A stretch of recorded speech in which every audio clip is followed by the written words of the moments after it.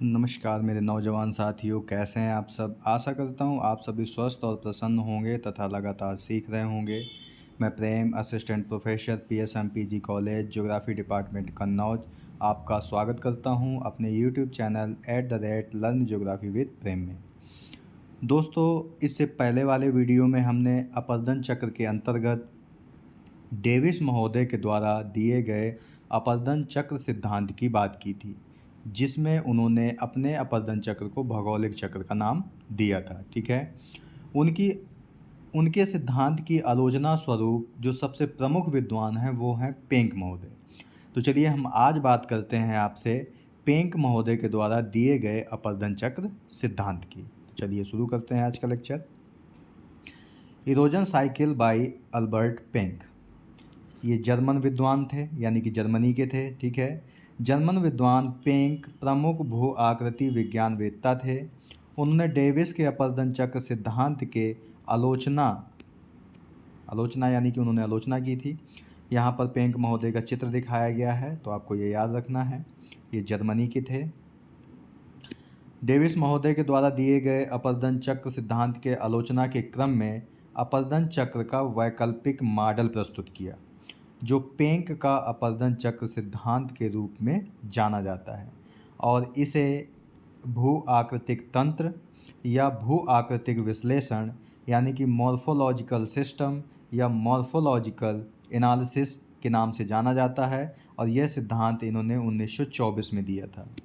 तो आपको ये याद रखना है कि डेविस ने कब दिया था, 1899 में दिया था, और इसके 25 साल बाद 1924 में पेंक महोदय ने भू आकृतिक तंत्र या भू आकृतिक विश्लेषण सिद्धांत दिया था।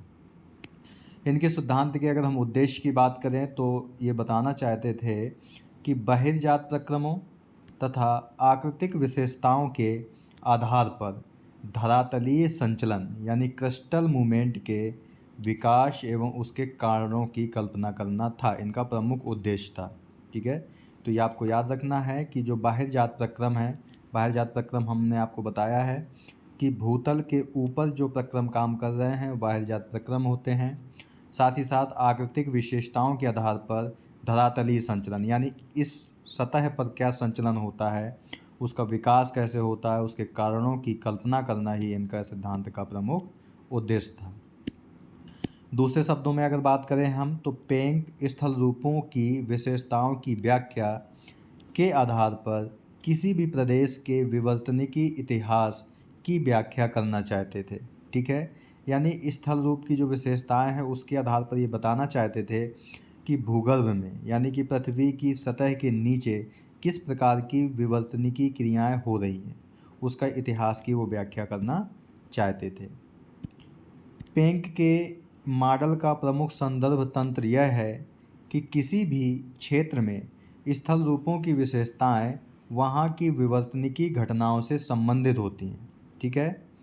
अतः क्षेत्र विशेष की स्थलाकृतिक विशेषताओं के आधार पर उस क्षेत्र में विवर्तनिकी संचलन के विकास एवं उसके कारणों की व्याख्या की जा सकती है। कहने का मतलब दोस्तों यह है कि मान लीजिए ये स्थल है कोई, या कह सकते हो कि ये भू सतह है, पृथ्वी की सतह है, इसके नीचे कौन से बल काम कर रहे हैं। ठीक है। इनके बारे में हम बता सकते हैं किनके आधार पर, जो इस सतह के ऊपर विभिन्न प्रकार की आकृतियां देखने को मिलती हैं, इनके आधार पर हम विवर्तनिकी घटनाओं को बता सकते हैं। ठीक है। आगे कहते हैं ये कि स्थल रूपों का जो विकास है वह समय पर आधारित ना होकर समय स्वतंत्र होता है। जबकि हमने आपको बताया था कि डेविस महोदय ने बताया था, यानी कि डेविस महोदय का जो मॉडल है वो समय आधारित है, लेकिन जो पेंक का मॉडल है वह समय स्वतंत्र आधारित है। ठीक है।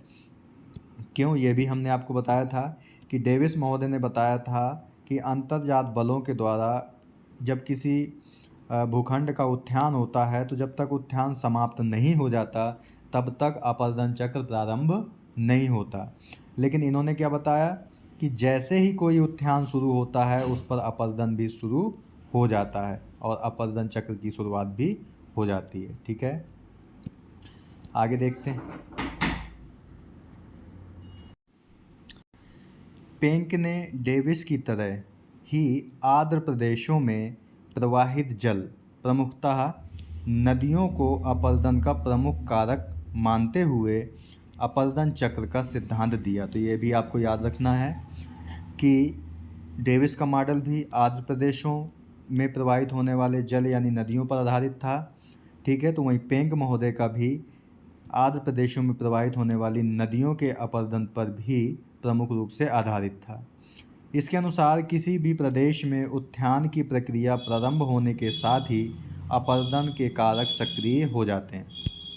ठीक है, जबकि डेविस ने क्या बताया था कि अपरदन के कारक सक्रिय तब होते हैं जब उत्थान पूर्ण हो जाता है, लेकिन पेंग ने क्या बताया कि उत्थान की प्रक्रिया के साथ ही अपरदन के कारक भी सक्रिय हो जाते हैं। अपरदन का कार्य तब तक घटित होता है जब तक आधार तल की प्राप्ति ना हो जाए, यानी कोई भी नदी जो है वो सागर तल से नीचे अपनी घाटी को गहरा नहीं कर सकती है, और वही आपका आधार तल होता है। ठीक है, आंध्र प्रदेशों में, आंध्र प्रदेश का मतलब हमने कई बार आपको बताया जहाँ पर टेम्परेचर भी बहुत ज़्यादा होता है और रेनफॉल भी बहुत ज़्यादा होता है, वो आंध्र प्रदेश होते हैं। अगर हम पृथ्वी का एक चित्र बनाएं तो जो भूमध्य रेखा है आपकी, यानी कि 0 डिग्री है आपकी, इसके आसपास का जो क्षेत्र होता है वो आंध्र प्रदेशों के अंतर्गत ही आता है, क्योंकि यहाँ पर वर्षा भी ज़्यादा होती है और टेम्परेचर भी बहुत ज़्यादा होता है। ठीक है, तो आंध्र प्रदेशों में मुख्य नदी के साथ ही जब सहायक नदियाँ भी आधार तल प्राप्त कर लेती हैं तब एक अपरदन चक्र पूर्ण माना जाता है। यानी ये प्रमुख नदी है, इसकी कुछ सहायक नदियाँ भी होती हैं। फॉर एग्जांपल के लिए जैसे गंगा है, गंगा की कई सहायक नदियाँ हैं, तो मुख्य नदी भी आधार तल को प्राप्त हो जाती है, प्लस जो सहायक नदियाँ हैं वो भी आधार तल को प्राप्त हो जाती हैं जब, तब माना जाता है कि अपरदन चक्र पूर्ण हो जाता है। ये पेंक महोदय ने बताया। और अंतिम रूप से लगभग समतल प्राय मैदान इन ड्रम्फ का विकास होता है। ठीक है, जबकि इसी समतल प्राय मैदान को डेविस ने क्या कहा था, पेनी प्लेन कहा था। हम दोस्तों एक वीडियो बनाएंगे जिसमें पेंक और डेविस के विचारों की तुलना करेंगे, तब आपको ये सब और भी क्लियर अच्छे से हो जाएगा। तो यहाँ पर आपको याद रखना है कि समतल प्राय मैदान को डेविस ने पेनी प्लेन कहा था, तो पेंक ने इंड्रम्प कहा था। यहाँ जल विभाजक के अवशेष इंसेल वर्ग के रूप में रह जाते हैं। ठीक है, जबकि डेविस ने क्या बताया था, मोनाड नाक। ठीक है, यानी कि जो जल विभाजक बचते हैं उसे डेविस ने मोनाड नाक कहा था, तो पेंक ने इंसेल वर्ग कहा था। ठीक है, किसी क्षेत्र विशेष में स्थल रूपों की विशेषताएं इस प्रकार अंतर्जात बलों की तीव्रता एवं पदार्थों के बहिर्जात प्रक्रमों द्वारा विस्थापन यानी अपरदन और परिवहन के अनुपात की परिचायक होती है। कहने का मतलब दोस्तों यह है कि मान लीजिए कि ये कोई सतह है, ठीक है, यहाँ पर कोई आपका स्थल रूप है, तो ये जो स्थल रूप है ये अंतर्जात बल और बाहिरजात प्रक्रमों के द्वारा किए गए कार्यों का प्रतिफल होता है। ठीक है, यानी कहने का मतलब है कि अंतर्जात बल अगर ज़्यादा क्रियाशील है तो ये ऊंचा उठेगा बहुत ज़्यादा, और यदि बाहिरजात प्रक्रम क्रियाशील ज़्यादा है अंतर्जात बल से तो ये नीचे घटेगा। ठीक है, कहने का मतलब यही अनुपात की परिचायक होती है।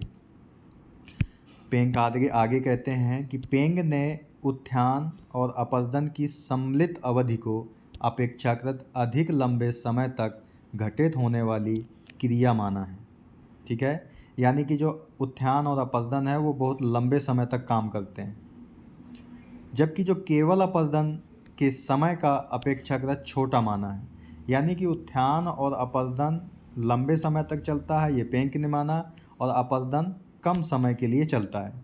पेंक ने निम्न सूत्र का भी प्रतिपादन किया, जैसे हमने बताया था कि डेविस ने बताया था कि स्थल रूप प्रक्रम संरचना और अवस्था का प्रतिपल होता है, वो उनका सूत्र था। और पेंक ने भी दिया कि स्थल रूप उत्थान की प्रावस्था, दर और निम्नीकरण का प्रतिफल होता है। तो ये भी आपको याद रखना है कि उत्थान की प्रावस्था क्या है। प्रावस्था का मतलब आपका जैसे तरुण अवस्था, प्रौढ़ अवस्था, जीर्ण अवस्था, इसे प्रावस्था का नाम दिया गया।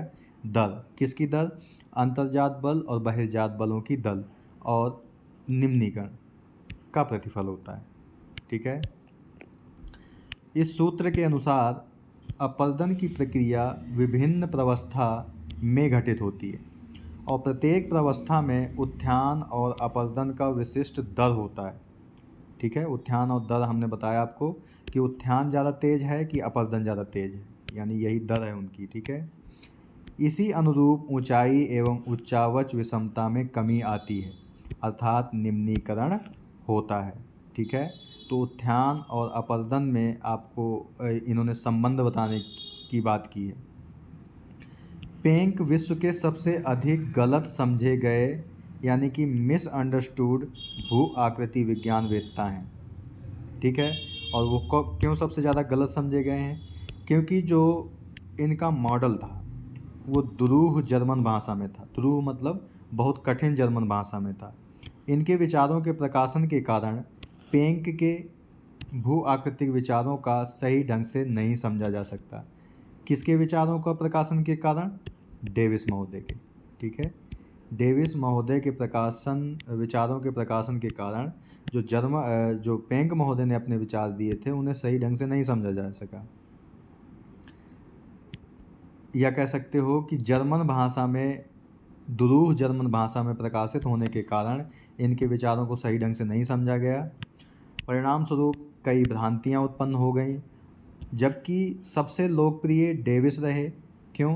क्योंकि उनका जो सिद्धांत था वो सरल शब्दों में था। हमने ऊपर बात की थी आपसे कि डेविस महोदय सबसे लोकप्रिय भू आकृति विज्ञानवेत्ता थे, क्योंकि उनका जो मॉडल था वो सरल भी था और व्यवहारिक भी था, जिससे लोगों को अत्यधिक आकर्षित किया था। और इनका जो मॉडल था दुरूह जर्मन भाषा में था, जिससे कई भ्रांतियाँ उत्पन्न होती हैं और इन्हें सबसे गलत समझा जाने वाला भू आकृति विज्ञानवेत्ता माना जाता है। अगर हम इनके सिद्धांत की मान्यताएं देखें, जैसे कि हमने डेविस के सिद्धांत की मान्यताएं देखी थी, तो भू आकृतियों का अपरदन उत्थान प्रक्रिया की शुरुआत के साथ शुरू होता है। यानी कि जैसे ही किसी स्थल रूप का उत्थान होता है अपरदन भी शुरू हो जाता है। उत्थान और अपरदन प्रक्रियाएं एक साथ चलती हैं। ठीक है। यानी कि जैसे ही किसी भूखंड का उत्थान होता है अपरदन शुरू हो जाता है और दोनों साथ साथ चलते हैं। भू आकृतियों का विकास उत्थान की दर की तीव्रता अर्थात अंतर्जात बल और अपरदन की दर की तीव्रता अर्थात बहिर्जात बल के बीच अनुपात का परिणाम होता है। ठीक है। और यदि अंतर्जात बल यानी उत्थान की दर तीव्र है तो जो भूखंड है वो ऊपर उठेगा, और यदि बहिर्जात बल यानी कि अपरदन की दर तीव्र है तो यह उठेगा तो, लेकिन इसका कटाव भी बहुत ज़्यादा होगा, यानी अपरदन भी बहुत ज़्यादा होगा। इन्हीं के बीच का अनुपात का परिणाम होता है कोई भी स्थल रूप। अपरदन प्रक्रिया तब तक जारी रहती है जब तक यह आधार स्तर तक नहीं पहुंच जाता। यानी कि जिस भूखंड का उत्थान हुआ है इस पर अपरदन तब तक काम करता है जब तक यह समुद्र तल के बराबर नहीं पहुंच जाता। ठीक है। उसी को हम आधार तल भी कहते हैं। पेंक ने डेविस के अपरदन चक्र के अनुक्रमिक चरण को खारिज कर दिया। ठीक है। पेंक के अनुसार अपरदन प्रक्रिया पॉलीसाइकिल है। पॉलीसाइकिल का मतलब बहुचक्रीय। ठीक है। पेंक के अनुसार जो अपरदन प्रक्रिया है वो बहुचक्रीय है, क्योंकि आधार स्तर पर पहुंचने के बाद भू आकृति के कायाकल्प के बाद फिर से अपरदन चक्र शुरू होता है। यानी एक बार अपरदन चक्र अगर पूर्ण हो जाता है तो ऐसा नहीं कि समाप्त हो जाता है, जबकि डेविस ने समाप्त बताया था। इन्होंने बताया पेंक ने कि अपरदन चक्र फिर शुरू होता है। भू आकृतियों का कायाकल्प या तो आधार स्तर को कम करने या भू आकृतियों के उत्थान से होता है। ठीक है। मुख्य रूप से अंतर्जात बल कायाकल्प के माध्यम से क्षरण के चक्र में हस्तक्षेप करते रहते हैं। क्षरण मतलब अपरदन के चक्र में। यानी कि जैसे कोई भूखंड ऊपर उठा और ये समुद्र तल को प्राप्त हो गया यानी आधार तल को, और अंतर्जात बल ने फिर काम किया, फिर इसे ऊपर उठा दिया, तो फिर से चक्र प्रारंभ हो जाएगा। ठीक है। फिर आधार तल को प्राप्त हो गया, फिर बल ने काम किया, फिर से इसका अपरदन प्रारंभ हो जाएगा। इसीलिए इन्होंने कहा कि चक्र बार बार चलता रहता है।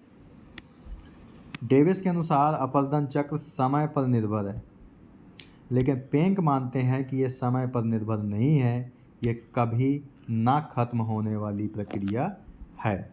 ठीक है, इसके बाद हम आगे देखते हैं। हमने बताया था कि डेविस महोदय ने अवस्था शब्द का प्रयोग किया था और 3 अवस्थाएं बताई थी। तरुण अवस्था यानी कि यूथ स्टेज, प्रौढ़ावस्था यानी मेच्योर स्टेज और जीर्णावस्था यानी कि ओल्ड स्टेज। ठीक है, लेकिन पेंक ने अवस्था के स्थान पर पेंक ने इंटिविक्लुंग, ये नाम बहुत डिफ़िकल्ट है तो इसे आपको याद रखना है। इंटुकलुंग यानी अवस्था के स्थान पर किस शब्द का प्रयोग किया? इंटविक्लुंग नामावली का प्रयोग किया, और इसका अर्थ, तात्पर्य या अर्थ होता है विकास यानी कि डेवलपमेंट। ये क्वेश्चन दोस्तों सीधे सीधे पूछा जाता है आपसे, तो आपको याद रखना है कि इंटविक्लुंग का मतलब क्या होता है, तो इसका मतलब होता है विकास। और ये शब्द किस स्थान पर दिया था? तो अवस्था के स्थान पर दिया था। इस तरह पेंक ने तरुण, प्रौढ़ और जीर्ण अवस्थाओं के स्थान पर क्रमशः आफस्तीजिंडे इंटकुलिंग यानी कि बढ़ती दर से विकास, ग्लीक फर्मिंग इंटकुलिंग यानी समान दर से विकास, एवं आबस्तीजिंडे, दोस्तों यहाँ पे याद रखना, इसमें एफ है आपका, इसमें बा है आपका। ठीक है, तो आबस्तीजिंडे इंटकुलिंग यानी कि घटती दर से विकास नामावलियों का प्रयोग किया था। यानी कि जिसमें एफ है आपका अफस्तीजिंडे, इसमें बढ़ती दर से यानी प्लस। ठीक है, और जो ग्लीक फर्मिंग है आपका यानी जी है, इसमें आपका समान दर से, और जिसमें बी है आपका यानी ए बी है आपका, उसमें माइनस यानी कि घटती दर से विकास को बताया था। ठीक है, ये ग्राफ के द्वारा प्रदर्शन है पेंक महोदय के द्वारा दिए गए मॉडल का। इसे हम बाद में देखेंगे, जब हम पूर्णतः समझ लेंगे तब आपको यह और आसानी से समझ में आएगा। ठीक है, तो पेंक के स्थल रूप विकास मॉडल का आरेखीय प्रदर्शन है। आगे देखते हैं। उत्थान से पूर्व स्थलखंड के लिए पेंक ने प्राइमारम्प नामावली का प्रयोग किया। ये भी आपको याद रखना है, प्राइमारम्प नामावली का प्रयोग किया। यह स्थलखंड आकृति विहीन समतल प्राय धरातलीय भाग का प्रदर्शित करता है। यानी कहने का मतलब है कि जब उत्थान नहीं शुरू हुआ, यानी कि जब इस प्रकार का स्थल होता है, तो उन्होंने क्या कहा था? प्राइमरम्प कहा था। यह आकृति विहीन समतल प्राय धरातलीय भाग है।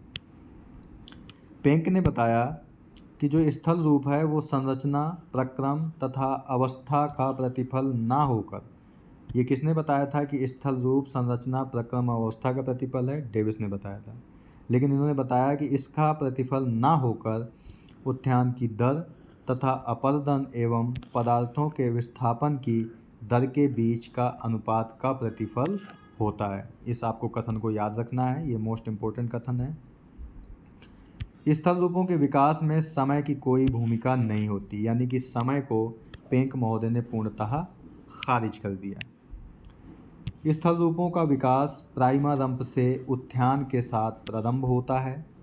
प्राइमरम्प का उत्थान विभिन्न दरों में संपादित होता है, यानी कि एक ही दर से संपादित नहीं होता है। यानी कि ये जो अगर स्थल रूप है आपका, इसमें जब अंतर्जात बल काम करते हैं और इसमें उत्थान होता है, तो वो विभिन्न दरों से होता है। ठीक है, पहले ज़्यादा हो सकता है, फिर इसके बाद मंद हो सकता है, इसके बाद कम हो सकता है, ऐसे हो सकता है। प्रारंभ में जो उत्थान है वो मंद गति से होता है तथा इस उत्थान की अवधि लंबी होती है।